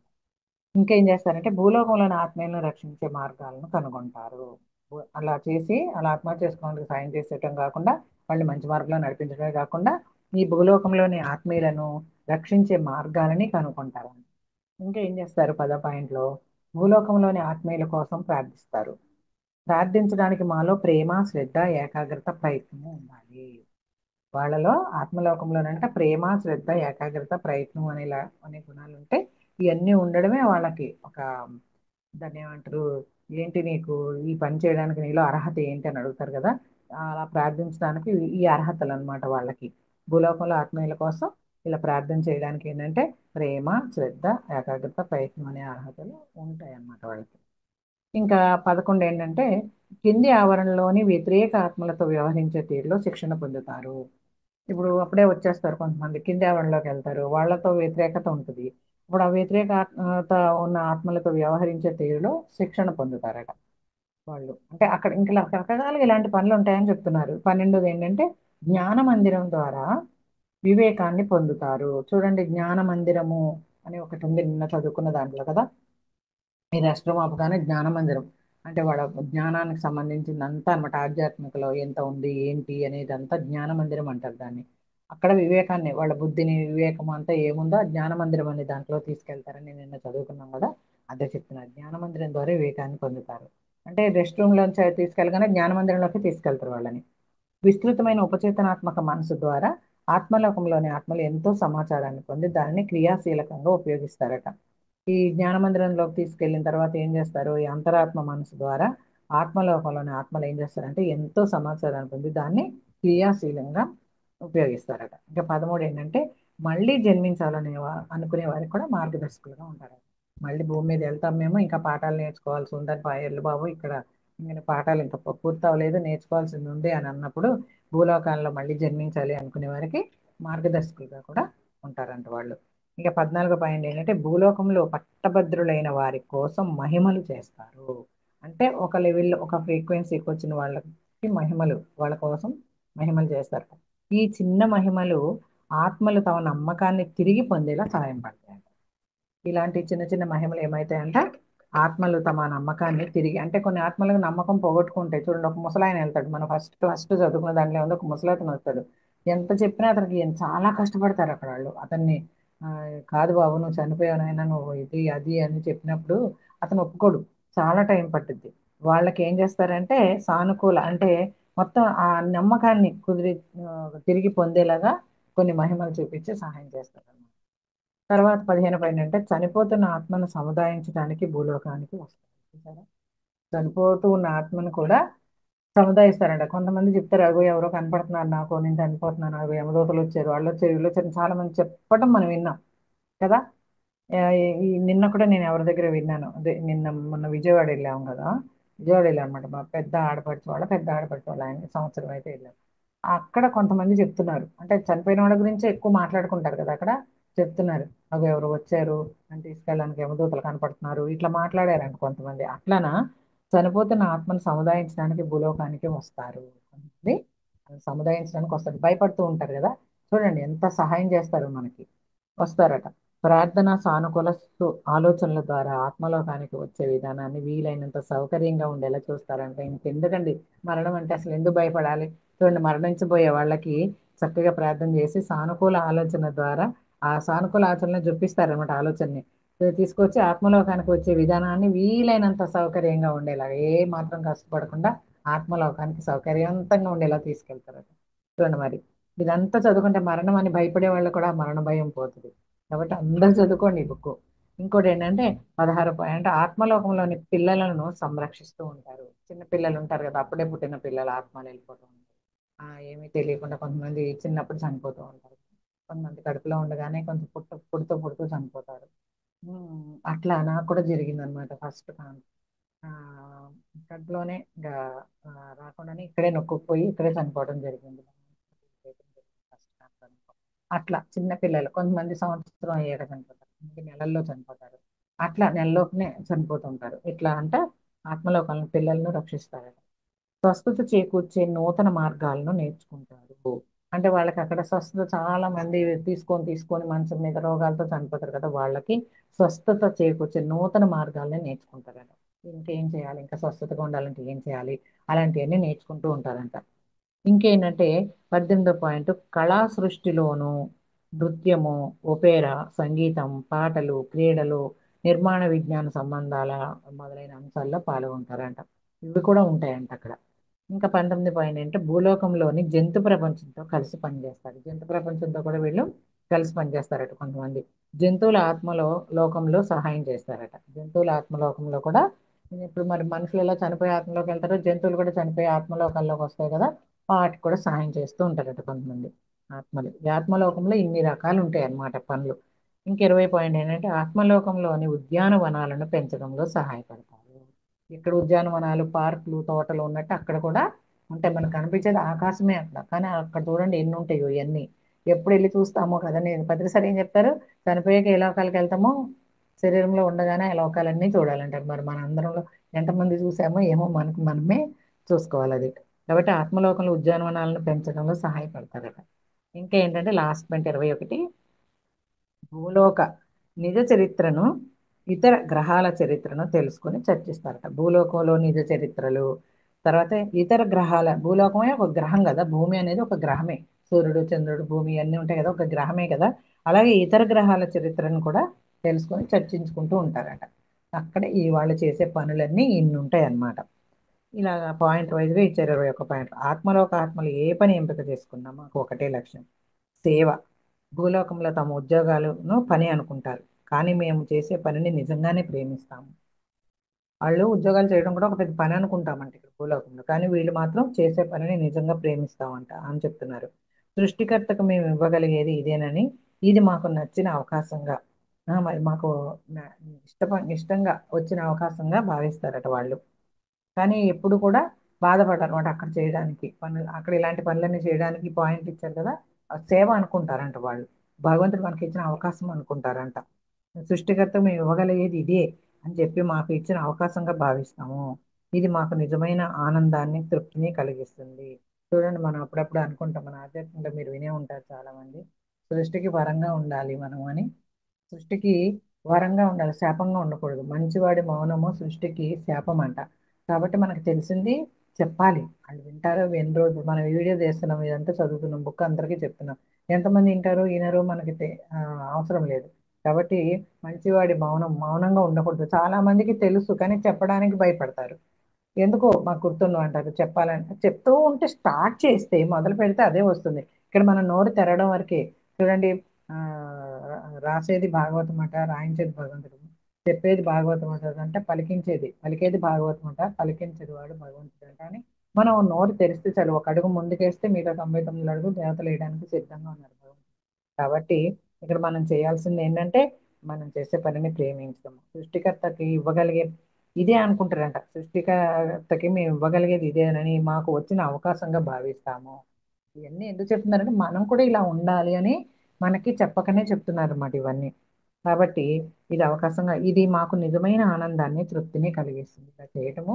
అక్కడ ఈ పనులన్నీ 21 పనులు ఏవో చెప్పారు కదా, ఇవన్నీ చేయటం మాకు నిజమైన ఆనందాన్ని, తృప్తిని కలిగిస్తుంది. అహం అయితే ఉండదు, పోటీ ఉండదు, అసూయ ఉండదు, వాదనలు ఉండవు, విమర్శలు ఉండవు. ఎవరు ఎక్కువ ఎవరు తక్కువ అని కాదు. మేము పరస్పరం గౌరవించుకుంటాం, ఎవరు ఎక్కువ ఎవరు తక్కువ అని ఉండదంట. పరస్పరం గౌరవించుకుంటూ ఒక బృందంగా, ఒక టీం అన్నమాట. బృందంగా అంటే టీంగా మానవాళి సంక్షేమానికి పనిచేస్తాము. భూలోకంలో ఉన్న మానవాళి సంక్షేమానికి అంతమంది మాస్టర్స్ ఈ భూలోక వాసుల కోసం ఇంత చక్కగా మనం క్షేమంగా ఉండాలని ఇన్ని రకాల పని చేస్తుంటే, మనం ఇక్కడ కొట్టుకుంటూ, తిట్టుకుంటూ, భయపడిపోతూ, ఇన్ని రకాలుగా చచ్చిపోతూ ఉంటాం అన్నమాట. కాబట్టి ఇక్కడ నుంచి మై డియర్ ఫ్రెండ్స్, హ్యాపీగా ఉన్నంత వరకు. ఎందుకంటే మనకు సంరక్షకులు చూడండి ఎంతమంది ఉన్నారు అక్కడ. మనకి వెళ్ళిపోయేటప్పుడు రక్షిస్తానికి ఉన్నారు, వెళ్ళిపోయేటప్పుడు మార్గం చూపించడానికి, సులువుగా తీసుకెళ్ళడానికి ఉన్నారు. ఇన్ని పనులు చేస్తున్నారు వాళ్ళు మన కోసం. ఇంకా మనకి ఎందుకు భయము, ఎప్పుడు ఒంటరి వాళ్ళం కాదు. నేను కూడా చెప్పుకున్నాం కదా, ఒంటరి వారం అనే బాధపడే వాళ్ళకి కూడా ఎంత చక్కగా వాళ్ళు సహాయం చేస్తారో. మేము ఉన్నాము అని చెప్తున్నారు, మీరు ఒంటరి వాళ్ళు కాదు, ఎవ్వరు లేరు, మేము ఒంటరి వాళ్ళం అని మానసికంగా బాధపడే వాళ్ళకి కూడా వాళ్ళు ఉన్నారు, మార్గదర్శకులు మన పక్కనే ఉన్నారు. మన మూడో గని ఉంటే అందరూ కనపడతారు మనకి. ఉన్నత సదాత్ములు ఉన్నారు, దేవదూతలు ఉన్నారు, అందరూ ఉన్నారు. వాళ్ళందరూ అక్కడ పనిచేస్తూ భూలోకం వాళ్ళ కోసం మన పక్కనే ఉండి మనకు సాయం చేస్తూ ఉన్నారు. కాబట్టి మనం హృదయపూర్వకంగా అడగడమే ఇదిగా పెట్టుకోవాలన్నమాట. ఎందుకు మందే ఆలస్యం అన్నమాట. కాబట్టి ఇంకొక ప్రశ్న ఏంటంటే ఇక్కడ, పునర్జన్మ అసలు ఎందుకు అవసరం, ఆత్మలోకంలోనే ఆధ్యాత్మికంగా ఎందుకు ఎదగలేము? చాలా చక్కటి ప్రశ్న కదండి ఇది. ఇది ఏకంగా జవాబు ఎంత పెద్దది ఉందంటే 6 పాయింట్లు ఇచ్చారు, ఒక్కొక్కటి ఒక్కొక్క పారాగ్రాఫ్ ఉందన్నమాట. సరే చూద్దాం, ఇది ఇది చదివేసి ఆపేద్దాము ఈరోజు. ఏంటంటే పునర్జన్మ ఎందుకు, ఆత్మలోకంలోనే ఆధ్యాత్మికంగా ఎందుకు ఎదగలేము మనం, మళ్ళీ జన్మ ఎత్తడం ఎందుకు, మరి అక్కడే చనిపోయి వెళ్ళిపోయినాక అక్కడే ఆధ్యాత్మికంగా ఎందుకు ఎదగలేము, మరి మళ్ళీ రావడం ఎందుకు? చాలా చక్కటి ప్రశ్న, చక్కగా వినండి. భూలోకానికి మళ్ళీ మళ్ళీ మీరు ఎందుకు వస్తారంటే మీ ఆత్మ పురోగతి కోసం. మీ ఆత్మ ఉన్నత స్థితి నుంచి ఉన్నత స్థితి, పురోగతి అంటారు దాన్ని. ఆధ్యాత్మికంగా పురోగతి సాధించడానికి ఒకే ఒక ఆత్మసత్తా వందలు వేల సార్లు భూలోకానికి వస్తుందంట పురోగతి సాధించడానికి. ఈ ఆత్మ మగ ఆడ రూపంలో ఏదైనా అయి ఉండొచ్చు. అది ఎంపిక చేసుకునే దాన్ని బట్టి పురోగతికి దానికి ఏం కావాలో దానికోసం భిన్న దేశాల్లో, భిన్న మతాల్లో, భూలోకాల్లో జన్మిస్తారట. అది వేరే దేశం కావచ్చు, వేరే ఏదైనా కావచ్చు, భిన్న భిన్న అంటే భిన్న దేశాలు అంటే వేరే వేరే వేరే అన్నమాట. అలా జన్మిస్తూ ఉంటారు. పునర్జన్మ అంటే ఇదే. ఒకే ఆత్మసత్వ భూలోకంలో ఒక జన్మ తర్వాత మరో జన్మను ఎత్తుతూ ఉండడము. ఆ, భూలోకానికి మీరు రావడం ఇది మొదటిసారి కాదు, ఎన్నోసార్లు పుట్టి చచ్చి పుట్టి చచ్చి పుట్టి చచ్చి చచ్చి చచ్చి చచ్చి మళ్ళీ పుట్టి పుట్టి పుట్టి పుట్టి మొదటిసారి కాదట, మీరు పునర్జన్మించిన ఎన్నో జన్మల్లో ఇది ఒకటట. అయితే చాలా మంది విషయంలో ఆత్మలోకంలోని 5, 6, 7 ఆవరణలో పురోగతి నిదానంగా ఉంటుందంట. చాలా నిదానంగా ఉంటుందంట 5, 6, 7 ఆవరణలు. అయితే స్పందనలు మంచివి కనుక మంచి పని చేయడం కష్టం కాదు. స్పందనలు అంటే వైబ్రేషన్స్. భూలోకంలో చెడు ఎక్కువగా ఉంటుంది. ఇక్కడ సదాత్మ చిన్ని మంచి పని చేసినా త్వరగా పైకి వెళ్ళిపోతుంది. ఇంత చిన్న మంచి పని చేసినా కూడా త్వరగా పైకి ఎదుగుతాయి అవకాశం ఉందంట అక్కడ. ఇంకా భూలోకంలో వ్యతిరేక స్పందనల వలన భౌతిక మనసుకు పరిమితుల వలన ఆత్మ తీసుకునే నిర్ణయం తప్పు కావచ్చు. దానివల్ల అతడికి పరీక్ష మరింత కష్టంగా ఉంటుంది. ఇక్కడ ఇంత చిన్న పని చేసినా అక్కడ ఎంత స్పీడ్గా జరుగుద్దో, ఇక్కడైతే మనకు అంత లాజిక్ మైండ్ కదా, ఆలోచించి అవునా కాదా అంత లాజికే.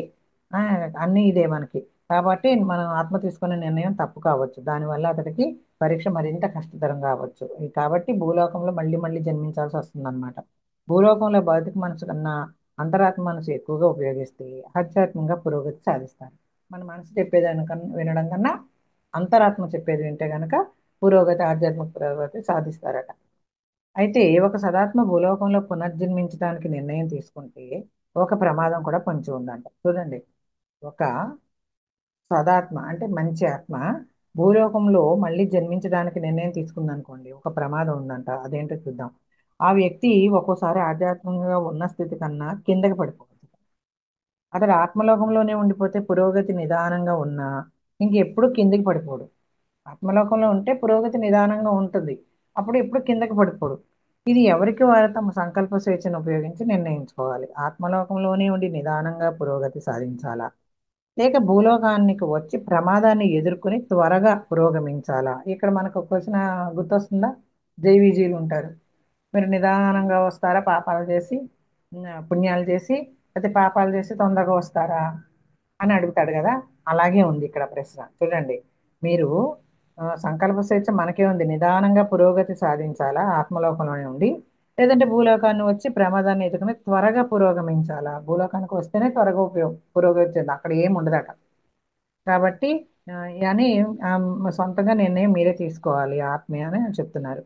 ఇంకేం చెప్తున్నారంటే పునర్జన్మ చక్రం భూలోకంలో మీ ధ్యేయం పూర్తయినప్పుడు, కర్మను చెల్లించేసినప్పుడు, 7వ ఆవరణ 9వ దశకు చేరినప్పుడు మాత్రమే పూర్తవుతుంది. చూసారా, మన పునర్జన్మ చక్రంలో భూలోకంలో మన ధ్యేయం అంటే మన లక్ష్యం, మనం ఎందుకు వచ్చామో లైఫ్ పర్పస్ ఏంటనేది ఆ, పూర్తి అయిపోతుంది అనుకోండి. కర్మ చెల్లించేసాం అనుకోండి, కాగా జన్మ అయిపోయింది, కర్మలన్నీ లేవు, ఇక చెల్లించేసాం. అప్పుడు 7వ ఆవరణలోకి వెళ్ళిపోతాం. 7వ ఆవరణలో 9వ దశకు చేరినప్పుడు మాత్రమే కర్మచక్రం పూర్తి అవుతుందంట.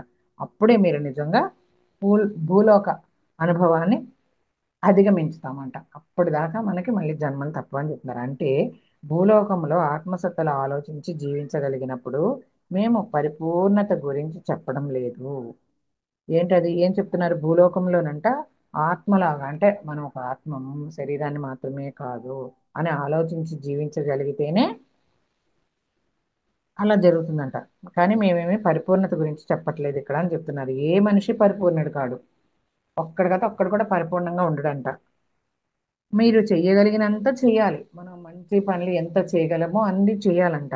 తర్వాత విశ్వానికి సిద్ధంగా ఉండేలా మీ ఆత్మకు రక్షణ ఇవ్వాలని చెప్తున్నాము. తర్వాత విశ్వానికి, అంటే ఈ విశ్వంలో ఉన్నాం కదా మనం ఇప్పుడు ఈ డైమెన్షన్, తర్వాత విశ్వానికి మనం సిద్ధంగా ఉండేలా మీ ఆత్మకు రక్షణ ఇవ్వాలని చెప్తున్నాము. తర్వాత విశ్వానికి కూడా మీరు సిద్ధంగా అవ్వాలని, మీ రక్షణ కోసం మేము ఇదంతా చెప్తున్నాము అంటున్నారు. భూలోకంలో ఇది మీకు పూర్తిగా అర్థం కాదు. అంటే అందరికీ అర్థమయ్యే సబ్జెక్ట్ కాదనమాట ఇది. ఆ ఫ్రీక్వెన్సీ ఉన్న వాళ్ళే అందుకోగలుగుతారు. కాబట్టి ఇది మీకు పూర్తిగా అర్థం కాదు. మీరు ఆత్మలోకానికి వెళ్ళినప్పుడే మీ స్థితి ఏమిటో మీకు తెలుస్తుంది. ఇప్పుడు మేము చదువుకుంటున్నాము, వింటున్నాము, అది కొంతమందికి అర్థమవుతుంది, కొంతమందికి అర్థం కాదు. కానీ ఇదంతా కూడా అక్కడికి వెళ్ళినప్పుడు మాత్రం పూర్తిగా అర్థమవుతుంది అని చెప్తున్నారు. అందుకే నిదానంగా జన్మలు మళ్ళీ మళ్ళీ మళ్ళీ జన్మలు తీసుకోవాలి. కాబట్టి భూలోకంలో మళ్ళీ జన్మించాలంటే ఏం చేయాలి? ఆత్మలన్నీ పునర్జన్మ ప్రక్రియ అనే నిర్దిష్ట విధానాన్ని అనుసరించవలసిందే అని చెప్తున్నారు. దానికి కూడా పాయింట్ వైజ్ గా ఇచ్చారు. పునర్జన్మ కోసం మీ ఆవరణలోని ఉన్నత సదాత్మకు దరఖాస్తు చేయాలంట. పునర్జన్మ కోసం అంటే మన ఆవరణలో ఉన్నత సదాత్మ ఉంటుంది కదా, ఏ ఆవరణలో ఉన్నామో ఆ ఉన్నత సదాత్మకి దరఖాస్తు చేయాలట. అప్లికేషన్ పెట్టుకోవాలన్నమాట. రెండు ఏంటంటే పునర్జన్మ ఎందుకోసం కావాలనుకుంటున్నామో కారణాలు చెప్పాలట. అక్కడ ఇలా ఉంటుంది అనమాట. ప్రధాన కారణం కర్మను చెల్లించడం, ధ్యేయాన్ని పూర్తి చేసుకోవడం, ఆధ్యాత్మికంగా ఎదగడం. ఆత్మకు గనక చెల్లించవలసిన కర్మ చాలా ఉంటే ఆత్మలోకంలో దాన్ని చెల్లించడం సాధ్యం కాదు. కాబట్టి భూలోకంలో జన్మించాల్సిందే. కొన్నిసార్లు చెల్లించవలసిన కర్మ అంతగా లేకపోయినా భూలోకంలోని ఆత్మీయులు ఎవరైనా తప్పుదారిలో వెళుతుంటే ఆత్మ మళ్ళీ జన్మించి, ఇప్పుడు మనం పూర్తి అయిపోయింది కాకపోతే మన ఆత్మీయులు ఎవరన్నా, ఇందాక మనం నిన్న చెప్పుకున్నాం కదా నీళ్ళు సూరదాస్ అని, అట్లా మనం వాళ్ళు ఎవరైనా తప్పుదారిలో వెళ్తుంటే కదా మళ్ళీ మనం జన్మించి వాళ్ళ కోసం సహాయం చేయాలనుకుంటే మాత్రం మళ్ళీ జన్మించవచ్చు. ఇంకా చెప్తున్నారంటే మీరు ఒక తల్లిని ఎంపిక చేసుకోవాలి.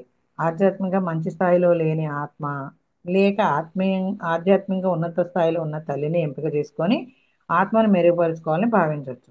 కొన్నిసార్లు ఒక సదాత్మ వ్యతిరేక తలని ఎంపిక చేసుకుని ఆమె మెరుగుపరచాలని భావించవచ్చు, సూర్యదాస్ లాగా. ఈ రకంగా ఆ ఆత్మ కర్మను చెల్లించవచ్చు, పరీక్షలు ఎదుర్కొని శిక్షణ పొందవచ్చు. చాలా కేసుల్లో ఆత్మ ఆధ్యాత్మికంగా క్రిందికి పోతుంది కనుక ఇది చాలా ప్రమాదకరము. చూడండి, సూర్యదాస్ మంచిగా ఉండాలని చెడుగా ఉండాలని ఆ ఆత్మ తననితో పాటు తన తల్లిని కూడా తీసుకెళ్ళాలని వస్తాడు. కానీ ఏమైంది? ఇది చాలా ప్రమాదకరము. కొన్నిసార్లు ఆధ్యాత్మికంగా కిందకి పడిపోవచ్చు కాబట్టి ఇది ప్రమాదకరం అని చెప్తున్నారు. కొన్నిసార్లు తండ్రికి సన్నిహితంగా ఉండాలని ఆత్మ తల్లిని ఎంపిక చేసుకుంటుంది. కొన్నిసార్లు అంటే తండ్రికి సన్నిహితంగా ఉండాలని ఆత్మ ఏం చేస్తుంది? తల్లిని ఎంపిక చేసుకుంటుందంట. అంటే ఆత్మ నిజానికి తండ్రిని ఎంపిక చేసుకుందని అర్థము. అంటే తల్లికి పుట్టాలంటే తండ్రిని ఎంపిక చేసుకోవాల్సిందే కదా, అట్లా అన్నమాట. ఇంకో నాలుగో పాయింట్ ఏంటంటే మీకు ఎటువంటి శిక్షణ పరీక్షలు కావాలో మీరు చెప్పాలి. మనమే నిర్ణయించుకోవాలన్నమాట. మనకి ఎన్ని పరీక్షలు కావాలో, ఎంత శిక్షణ కావాలో కూడా మనమే చెప్పాలంట. అప్లికేషన్లు ఇవన్నీ చేసుకోవాలి మనము. ఇక్కడ మనకి జాబ్ అప్లికేషన్ ఉంటుంది. 10th క్లాస్ నుంచి ఇంటర్లోకి వెళ్ళిన కాలేజీలో అప్లికేషన్ ఎలాగైతే చేసుకుంటామో అక్కడ కూడా అప్లికేషన్స్ ఉంటాయి అన్నమాట. ఇంకా ఉదాహరణకు మీ ధ్యేయానికి అవసరమైన అనుకూల లక్షణాలు ఉన్నవారిని, అనుభవాలను మీరు ఎంపిక చేసుకుంటే భూలోకానికి మీరు వెళ్ళిన పనికి నిజంగా సరిపోతుంది. ఆహాన్ని పరీక్ష చేసుకోవడానికి వెళ్తుంటే మీ ఆహానికి దెబ్బ కొట్టే పరీక్షలు ఎదురై మీకు వినయం ఏర్పడుతుంది. చూడండి, ఇన్ని రకాలుగా ఉంటాయి అనమాట. మన ఆహానికి పూర్తి చేసుకోవాలంటే ఆహాన్ని దెబ్బ కొట్టే పరీక్షలు అంటే ఇప్పుడు మనకు వినయం నేర్చుకుంటాం. కాబట్టి అహంకారులు ఉంటారు చూడండి, "ఏయ్, నువ్వెంత నువ్వెంత అంటే నువ్వెంత" అంటారు. వాటి ద్వారా వాళ్ళు అలా ఉండగా ఉండగా ఉండగా బాబోయ్ ఇది సరిగ్గాదు అని వినయాన్ని నేర్చుకుంటారు. వాళ్ళు మంచిగా ఉంటేనే పని జరుగుద్ది, ఇట్లా పొగరుగా ఉంటే జరగదని అట్లా నిర్ణయం అలా కూడా జన్మలు ఎంచుకుంటాం అనమాట. ఇంకోటి ఏమి ఇచ్చాడంటే పాయింట్, ఐదో పాయింట్, మీరు ఒక సదాత్మ ప్రవేశం కోరాలి. భూలోకంలో పరిస్థితి జటిలమైనప్పుడు మీరు దానిని నియంత్రించుకోలేని స్థితిలో ఉంటే, మీరు సన్మార్గంలో ఉంటే ఆత్మలోకంలోని సదాత్మ ప్రవేశం జరుగుతుంది. మనం మన ఇలాంటి క్లిష్ట పరిస్థితుల్లో సదాత్మ ప్రవేశాన్ని మనం కోరుకోవాలట. అప్పుడు మన క్లిష్ట పరిస్థితిలో ఉంటే గనక ఆత్మలోకంలోని ఒక సదాత్మ అంటే మన పకీర్లాగా వచ్చాడు కదండి, అట్లా సదాత్మ ప్రవేశం జరుగుతుందంట. ఆ సదాత్మ మీ శరీరంలోనే ప్రవేశించేసి అవసరమైనంత కాలం మీలో ఉంటుంది. చూడండి, ఈ వెసులుబాటు కూడా ఉంది మనకి. మన క్లిష్ట పరిస్థితుల్లో ఉండి మనం ఏం చేయలేము అనుకుంటే వాకిన్స్ అంటారు కదా, అట్లాగా ఒక సదాత్మ మనలో ప్రవేశించేసి ఎంత అవసరమో అంతకాలము మనలో ఉంటుందట. ఇది చాలా అరుదుగా ఆ పరిస్థితి భూలోకంలోని ఆత్మ సామర్థ్యానికి మంచిదే అనుకున్నప్పుడే జరుగుతుందంట. ఇది మీకు పరీక్ష కాదు, శిక్షణ కాదు, కర్మ కాదు. మన అంతరాత్మ మనసు భూలోకంలోని ఆత్మకు తెలియకుండానే సాయం చేయమని కోరుతుందంట. మనకి ఇక్కడ తెలియదు, మనసుకి అంతరాత్మ కోరుతుందంట. అప్పుడు అది అవసరం అనుకుంటే ఇలాంటివి జరుగుతాయంట, లేకపోతే అట్లా చాలా అరుదుగా జరుగుతుందంట. ఇంకా ఆరో పాయింట్ అంటే, మీరు పుట్టినరోజుని చనిపోయే రోజని మీరే నిర్ణయించుకుంటారు. మీరు చనిపోయే రోజు ప్రాణగండం ఉన్న రోజు అని కూడా అంటారు. అవి కూడా మనమే నిర్ణయించుకుంటామంట, ఎప్పుడు పుట్టాలి ఎప్పుడు చనిపోవాలని కూడా మనమే నిర్ణయించుకొని వస్తామంట.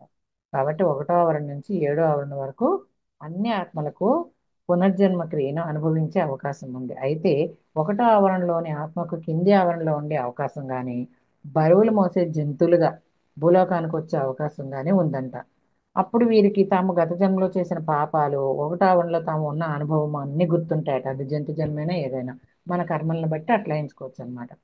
1వ ఆవరణలో కొన్ని ఆత్మల కర్మను త్వరగా చెల్లించుకోవడానికి దీనిని ఎంపిక చేసుకుంటాయి. అంటే జన్మ కానీ అట్లాంటి ఏంటంటే తొందరగా కర్మలు పూర్తి చేసుకోవాలని.